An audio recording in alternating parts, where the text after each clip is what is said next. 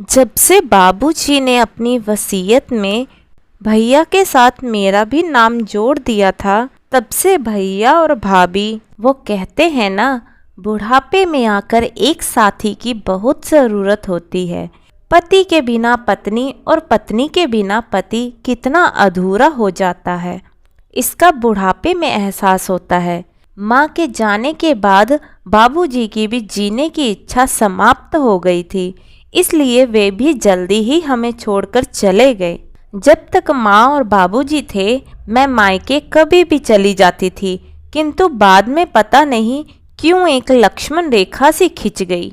1 साल हो गया था मुझे मायके गए, यहाँ तक कि रक्षाबंधन पर मैंने राखी भेज दी थी, पर इस बार भैया के बहुत आग्रह पर मैंने छुट्टियों में मायके रहने का 2 दिन का छोटा सा प्रोग्राम बनाया। पूरे रास्ते ट्रेन की गति और मेरे ख्यालों की गति जुगलबंदी कर रहे थे। बाबूजी की बरसी के बाद पहली बार मायके जा रही थी। सबका व्यवहार कैसा होगा, यही सोचकर मेरा हृदय बैठा जा रहा था। जब से बाबूजी ने अपनी वसीयत में भैया के साथ मेरा नाम भी जोड़ दिया था, तब से भाभी का व्यवहार मेरे प्रति बदल गया था। रिश्तों में एक अजीब सी दरार आ गई थी।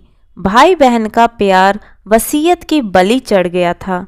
अरे बेटियां अपने मायके सिर्फ अपने माता पिता और भाई भाभी का स्नेह लेने के लालच में मायके आती हैं।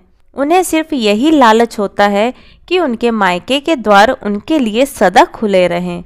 यही सोचते सोचते मैं अपने गंतव्य पर पहुंच गई थी। भैया स्टेशन पर मुझे लेने आए थे।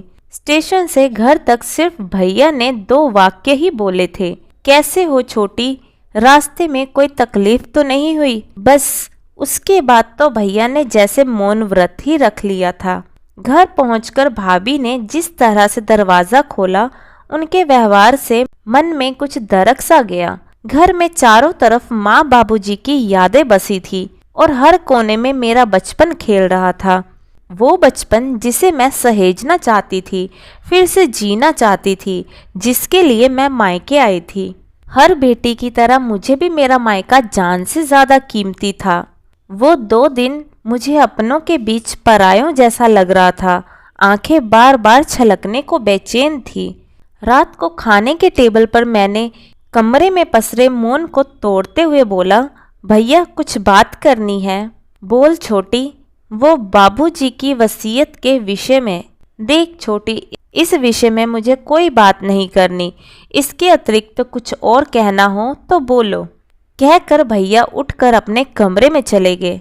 राधिका, तुम सिर्फ 2 दिनों के लिए अपने मायके आई हो, आराम से रहो। भाभी ये कहकर टेबल से सामान उठाने लगी। सिर्फ 2 दिन, भाभी के कहे ये शब्द मेरे कानों में सीसा घोल रहे थे। मैं बिना किसी कसूर के अपने मायके में मुजरिमों के कटघरे में खड़ी थी, जिसकी सुनवाई होनी नामुमकिन सी थी। जिस घर में मैं पली बड़ी, वो घर मेरा मायका अब पराया सा प्रतीत हो रहा था। जैसे तैसे 2 दिन गुजर जाने के बाद अपने घर वापस आ गई। अपने घर वापस पहुंचते ही भाभी का फोन आया। राधिका, ठीक से पहुंच गई ना तुम? रास्ते में कोई परेशानी तो नहीं हुई? वह थोड़ा हिचकिचा कर बोली। हाँ भाभी, पहुंच गई थी, मैंने रूंधी हुई आवाज में बोला। राधिका, ये लिफाफा तुम टेबल पे छोड़ गई थी। वह फिर से हिचकिचाते हुए बोली।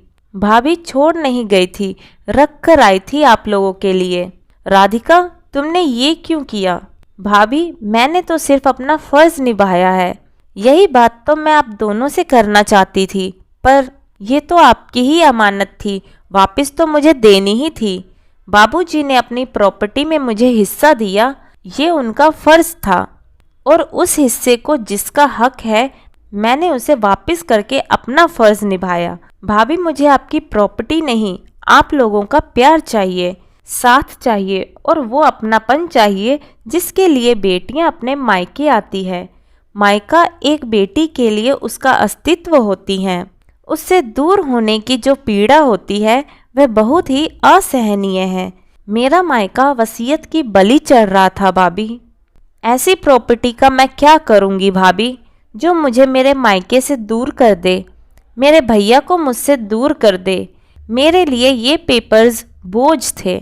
मैं तो पहले ही आपको देना चाहती थी, किंतु मायके के रास्ते जाने पर कदम थम जाते थे। भाभी, मुझे कभी भी प्रॉपर्टी का लालच नहीं रहा। मुझे तो सिर्फ मेरे मायके का ही लालच था। मुझे तो सिर्फ मेरा मायके चाहिए था। इतना कहकर मेरी आवाज़ मेरे गले में अटक गई। छोटी, तू कब इतनी बड़ी हो गई, पता ही नहीं चला। तेरी बातों ने मुझे बौना कर दिया। हम तो स्वार्थ और गलतफहमी की आग में अपने ही रिश्ते को स्वाहा कर रहे थे। मुझे माफ़ कर दे छोटी, तेरा मायका तेरा था और तेरा ही रहेगा। दूसरी तरफ से भैया की आवाज़ सुनकर अब तक आंखों में रुके हुए मेरे आंसू अविरल की तरह बहने लगे। तो दोस्तों, आपको हमारी आज की यह कहानी कैसी लगी कमेंट करके ज़रूर बताइएगा। कहानी पसंद आई हो तो वीडियो को लाइक शेयर करें और चैनल हिंदी स्टोरीज डियर को सब्सक्राइब करना ना भूलें। वीडियो को पूरा देखने के लिए बहुत बहुत धन्यवाद दोस्तों। तो मिलते हैं अगली कहानी में, तब तक के लिए जय श्री कृष्णा।